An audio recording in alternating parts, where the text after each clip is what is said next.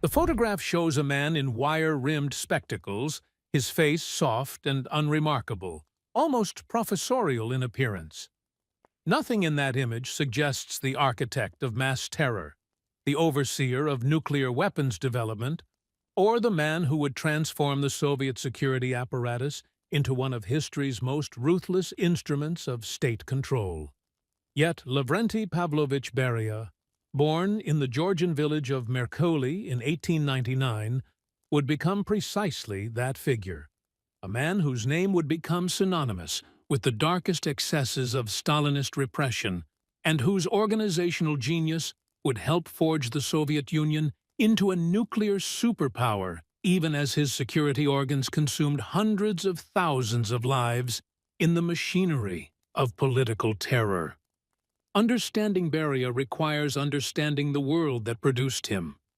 The Russian Empire's Caucasus region at the turn of the 20th century was a cauldron of ethnic tensions, revolutionary ferment, and imperial violence. Georgia, with its ancient Christian culture and distinct national identity, had been absorbed into the Russian Empire in the early 19th century, and by the time of Beria's birth, it simmered with competing visions of independence, socialism, and continued imperial rule. Beria himself came from a Mingrelian family, one of Georgia's ethnic subgroups, and his early life was marked by poverty and the chaos of World War I and the subsequent Russian Civil War. Unlike many of his future colleagues who came from proletarian backgrounds and could claim authentic revolutionary credentials, Beria's path to power would be marked by calculated opportunism, bureaucratic skill, and an uncanny ability to identify and eliminate threats before they materialized. Beria joined the Bolshevik Party in 1917, though the exact circumstances remain disputed, with some sources suggesting he may have briefly worked for anti-Bolshevik intelligence services during the Civil War before committing fully to the communist cause. What is certain is that by 1921 he had secured a position in the Cheka, the Bolshevik secret police, in Azerbaijan. This was the beginning of his ascent through the security apparatus. The Cheka and its successor organizations, the GPU and later the NKVD, were not merely police forces but instruments of revolutionary transformation, tasked with eliminating class enemies, suppressing nationalist movements, and enforcing the Communist Party's monopoly on power through surveillance, imprisonment, and execution. In the Caucasus, this meant crushing the remnants of Menshevik influence, suppressing Georgian nationalist sentiment, and consolidating Bolshevik control over a region that had briefly tasted independence between 1918 and 1921. Beria's rise through the ranks of the Georgian secret police was meteoric. By 1926, he had become head of the Georgian GPU, and by 1931, he controlled the entire Transcaucasian security apparatus. His success rested on several factors. First, he demonstrated exceptional administrative capability, transforming the regional security organs into efficient instruments of repression. Second, he cultivated a network of loyal subordinates, many of them fellow Georgians, who would follow him throughout his career and help him maintain control through mutual complicity in terror. Third, and perhaps most importantly, he understood the psychology of Joseph Stalin, his fellow Georgian, who by the late 1920s had consolidated absolute power in Moscow. Beria recognized that Stalin's paranoia was not a weakness to be exploited, but a tool to be sharpened. He fed Stalin's suspicions, manufactured conspiracies when real ones could not be found, and positioned himself as the indispensable guardian against enemies real and imagined. The relationship between Beria and Stalin was complex and symbiotic. Stalin, who had himself spent time in the Caucasus as a young revolutionary and bank robber, maintained a sentimental attachment to his Georgian homeland even as he ruthlessly centralized power in Moscow. Beria exploited this connection. hosting Stalin during his visits to the region and carefully curating an image of the Caucasus as a model of Soviet development and loyalty. At the same time, Beria was careful never to appear as a potential rival. He positioned himself as the ultimate bureaucrat, the man who made Stalin's will reality without questioning or challenging it. This was a delicate balance that many of Stalin's subordinates failed to maintain, often with fatal consequences. But Beria navigated it with skill born of genuine insight into the dictator's psychology. In 1938, at the height of the Great Terror, Stalin summoned Beria to Moscow. The NKVD under Nikolai Yezhov had consumed itself in an orgy of arrests and executions that threatened to destabilize the entire Soviet system.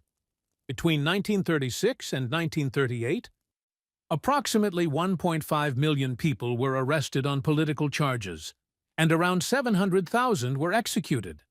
The terror had initially targeted old Bolsheviks, alleged Trotskyites, and suspected foreign agents, but it had metastasized into a self-perpetuating system where denunciations and forced confessions created ever-expanding circles of supposed conspirators. The Red Army had been gutted, with 3 of 5 marshals, 13 of 15 army commanders, and tens of thousands of officers arrested or executed. The economic apparatus was similarly devastated, with factory managers, engineers, and planners disappearing into the Gulag or before firing squads. Stalin needed someone who could maintain the terror as an instrument of control while preventing it from destroying the state's capacity to function.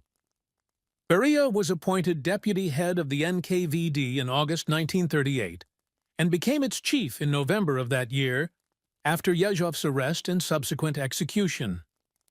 His appointment marked a subtle but significant shift in the nature of Soviet repression.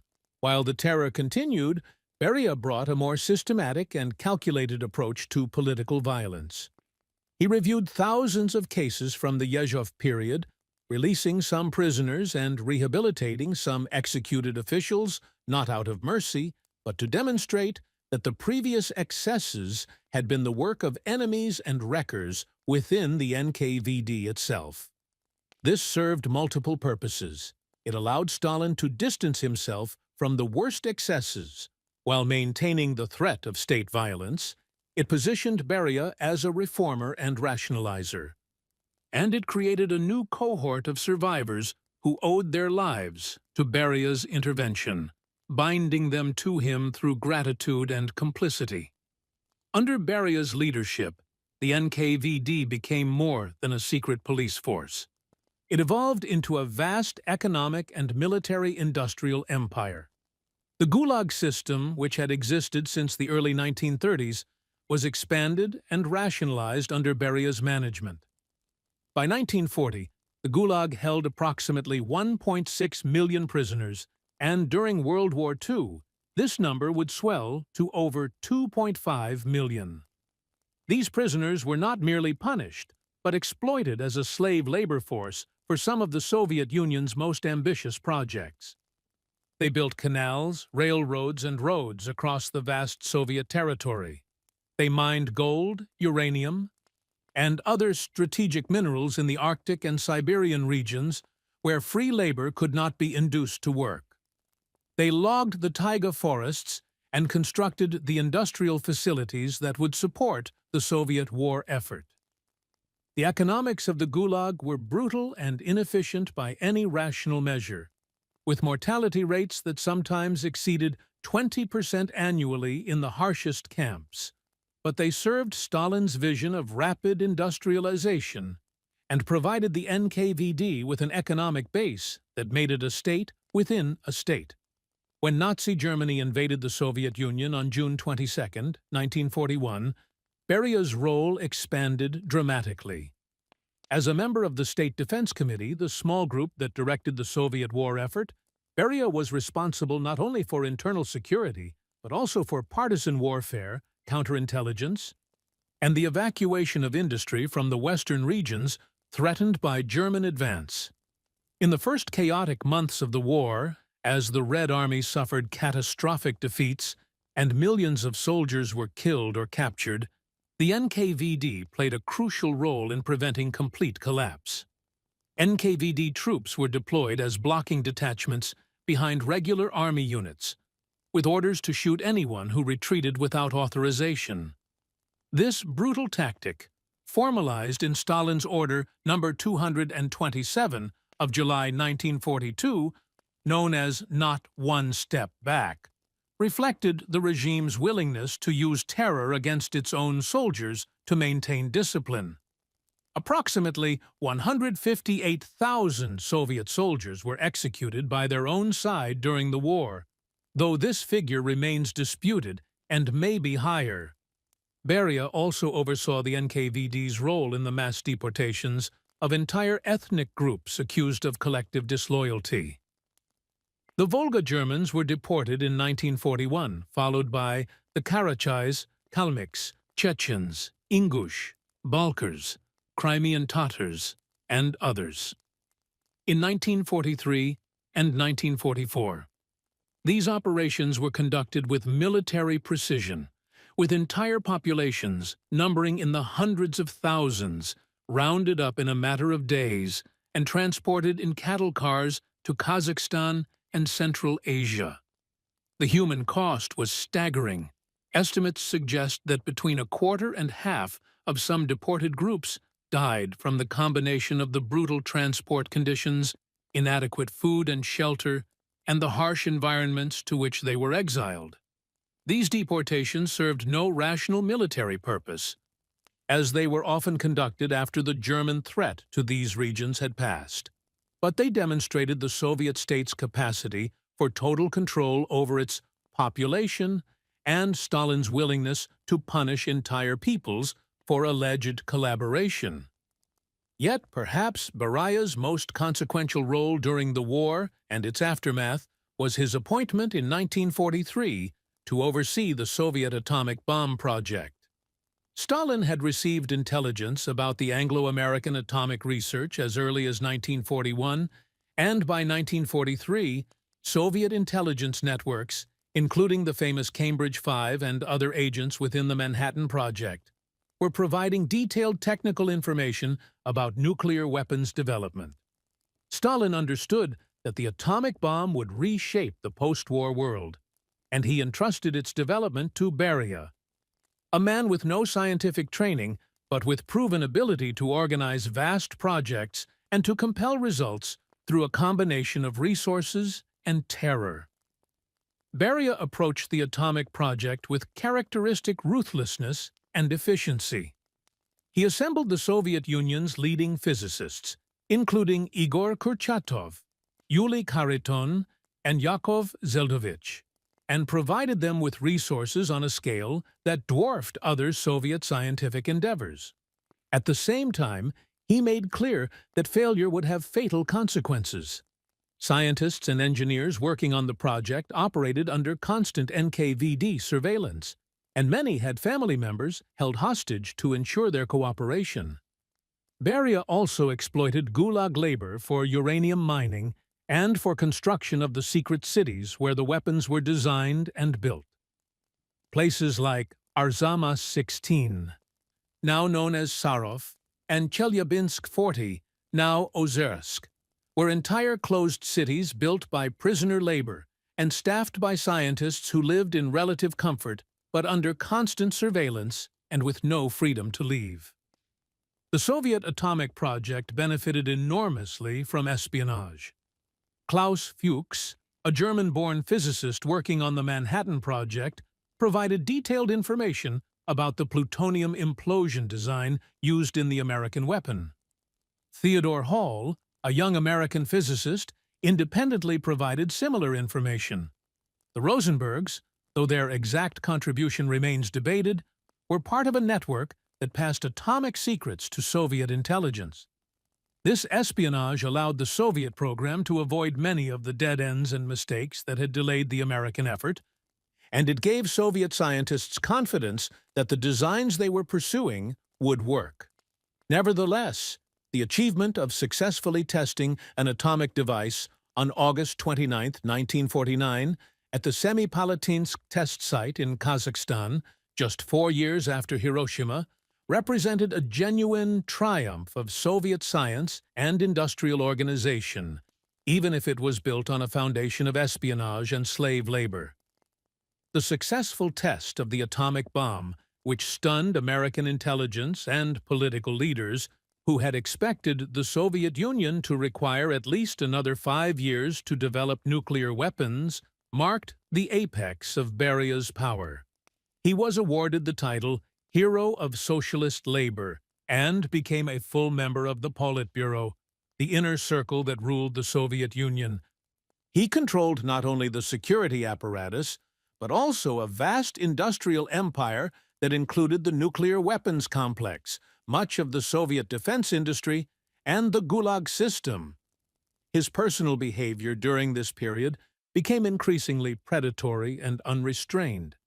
Multiple accounts, including testimony from his own subordinates after his fall, describe how Beria used his power to abduct young women from the streets of Moscow, rape them, and sometimes have them imprisoned or killed to ensure their silence. These crimes were enabled by the same apparatus of terror that he had built to serve the state, turned to serve his personal depravity. Yet, even at the height of his power, Beria remained vulnerable. Stalin's paranoia, which had served Beria so well during his rise, turned increasingly toward him in the dictator's final years. Stalin began to suspect that Beria's control over the security apparatus and the atomic project made him too powerful, a potential rival, rather than a loyal servant. In the early 1950s, Stalin initiated what appeared to be preparations for a new purge, beginning with the so-called Doctor's Plot, an alleged conspiracy of primarily Jewish physicians to assassinate Soviet leaders. This fabricated conspiracy bore the hallmarks of the Great Terror, and many historians believe it was intended as the opening move in a broader campaign that would have targeted Beria and other senior officials. The fact that several of the accused doctors had treated Beria and other Politburo members suggested that Stalin was preparing to implicate them in the supposed conspiracy. Stalin's death on March 5, 1953, likely saved Beria's life in the immediate term, though it ultimately led to his downfall. The circumstances of Stalin's death remain suspicious. He suffered a stroke on March 1st, but was not discovered until the morning of March 2nd, and medical treatment was delayed for many hours. Beria was among the inner circle who were called to Stalin's dacha, and some historians have speculated that he may have poisoned Stalin or deliberately delayed medical care, though definitive evidence is lacking. What is clear is that Beria moved quickly after Stalin's death to consolidate power, reuniting the Ministry of Internal Affairs and the Ministry of State Security under his control and positioning himself as one of the most powerful members of the collective leadership that succeeded Stalin. In the months following Stalin's death, Beria made a series of moves that suggested either genuine reform impulses or cynical attempts to build a popular base of support. He ordered the release of many political prisoners, initiated a review of the doctor's plot that led to the exoneration of the accused physicians, and proposed a more flexible approach to the nationalities question, including a relaxation of Russification policies in the non-Russian republics.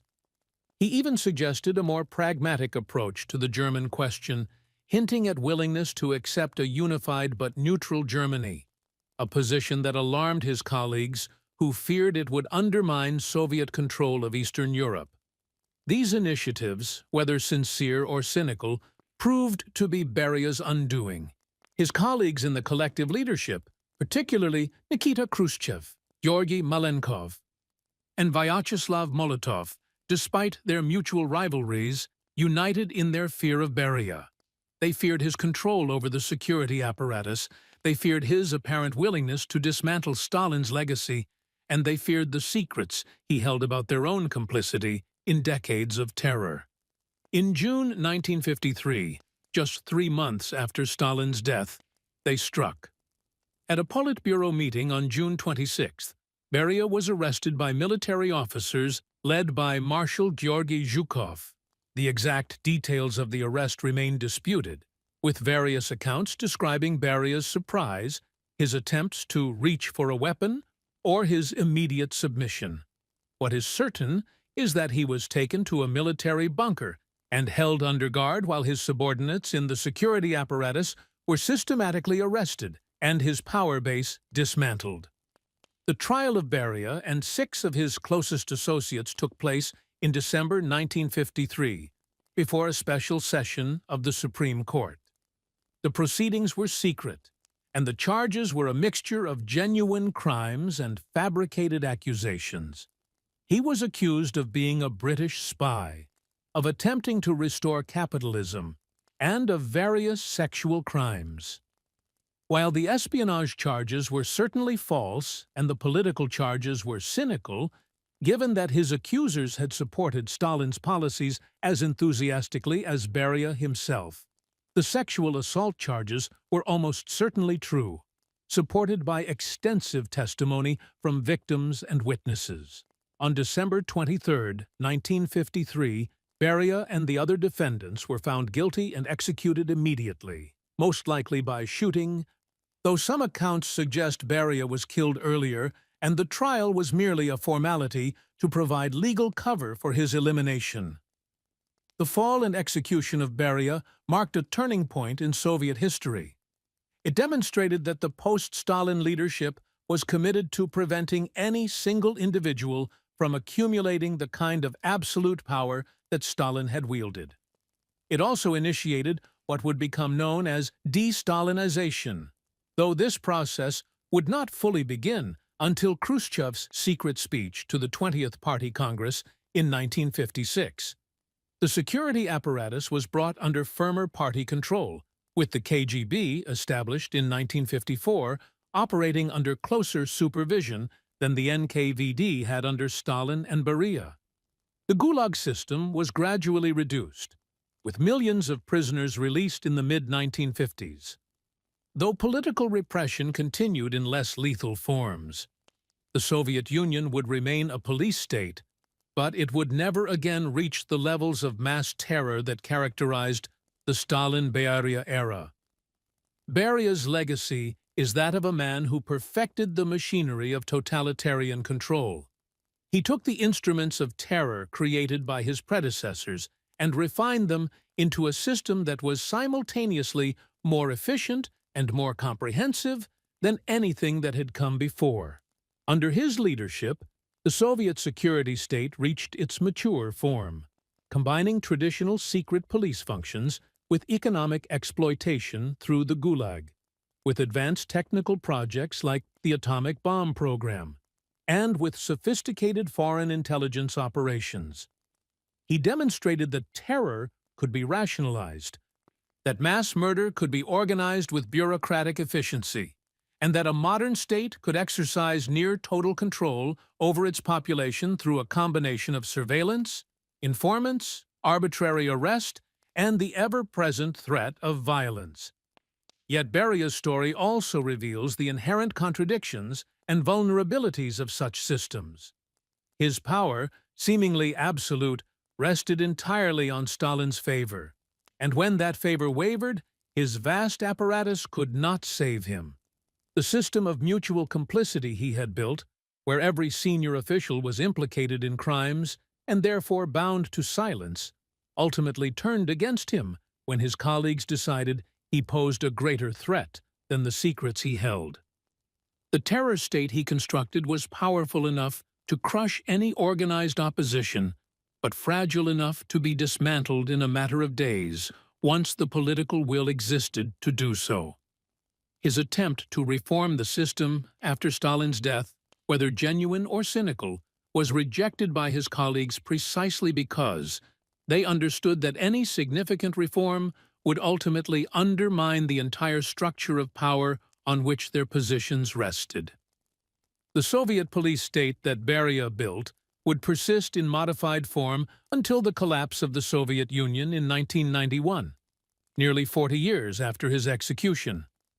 Its influence extended far beyond Soviet borders, serving as a model for the security services of the Eastern Bloc countries and for Allied regimes around the world. The Stasi in East Germany, the Securitate in Romania, and the secret police of Cuba, North Korea, and other communist states all drew on the organizational principles and techniques that Beria had refined. Even today, in post-Soviet Russia, the influence of the security apparatus that Beria helped create remains visible in the prominence of former KGB officers in positions of power and in the continued use of security services as instruments of political control rather than merely law enforcement. The story of Lavrentiy Beria is ultimately a study in how individual ambition, bureaucratic skill, and moral emptiness can combine to create systems of oppression that outlast their creators. He was neither an ideological fanatic nor a revolutionary believer, but rather a technician of power who understood that in Stalin's Soviet Union, the path to survival and advancement lay in making oneself indispensable to the machinery of terror. In doing so, he helped construct a system that consumed millions of lives and cast a shadow over an entire civilization, a shadow whose outline can still be traced in the political culture of the post-Soviet world today.